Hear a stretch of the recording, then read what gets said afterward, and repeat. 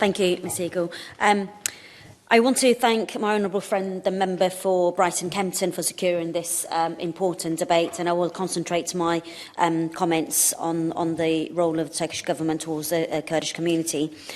Sadly, the issue of representation and equality for Kurds in Turkey is not new, and the systemic abuse of the Kurdish communities has continued unchecked for far too long.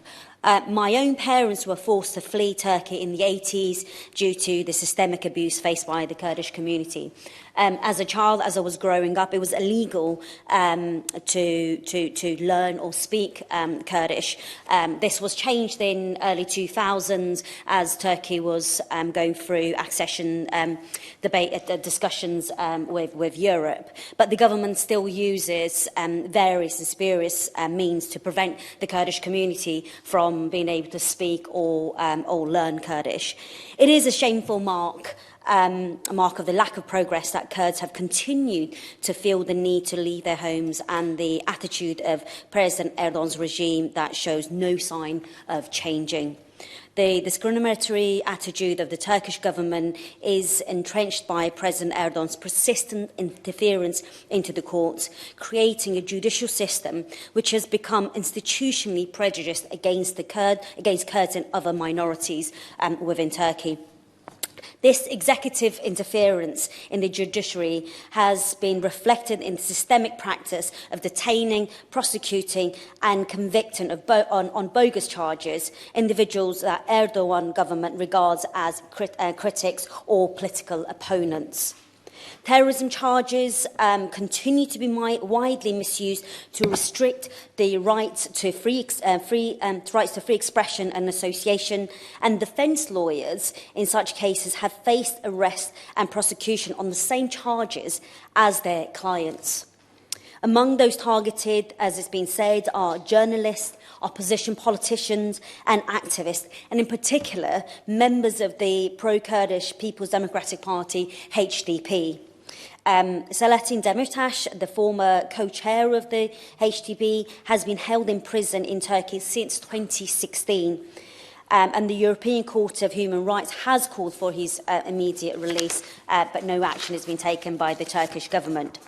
Further, I remain deeply concerned of the rise in allegations of torture, as well as cruel and inhumane treatment, especially of female detainees in police and military custody and prison over the past 4 years.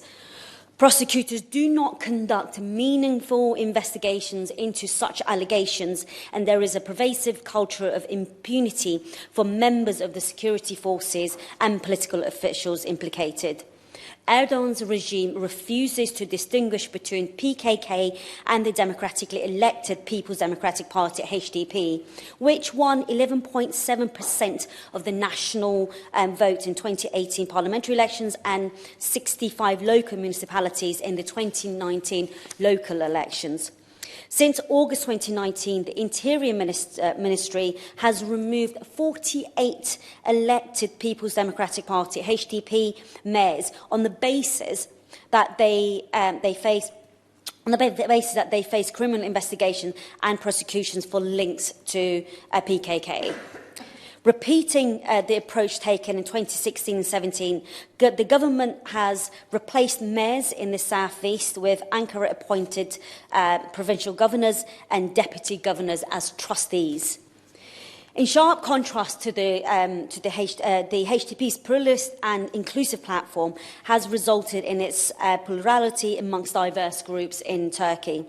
The inclusion of minority groups, including Kurds, as well as Alevis, Armenians, the LGBT community, women's rights organisations, secularists and other ethnic minorities such as Yazidis and Assyrians, has been key to expanding the HDP appeal. The success of the parties pursuing of this agenda shows that there is real appetite on the ground in Turkey for a movement away from the regressive attitude pursued by Erdogan's regime.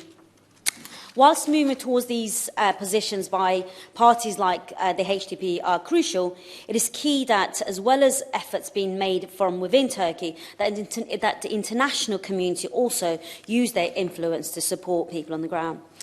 I welcome the work that the European Court of Human Rights and the UN Office of High Commissioners for human rights in recent years to highlight the persistent erosion of Kurdish rights in Turkey and call on the UK government, alongside international partners, to continue to put pressure on their Turkish counterparts. I'm sure the Minister will set out the fantastic relationship that the UK government has with Turkey and the significant role that Turkey plays within NATO.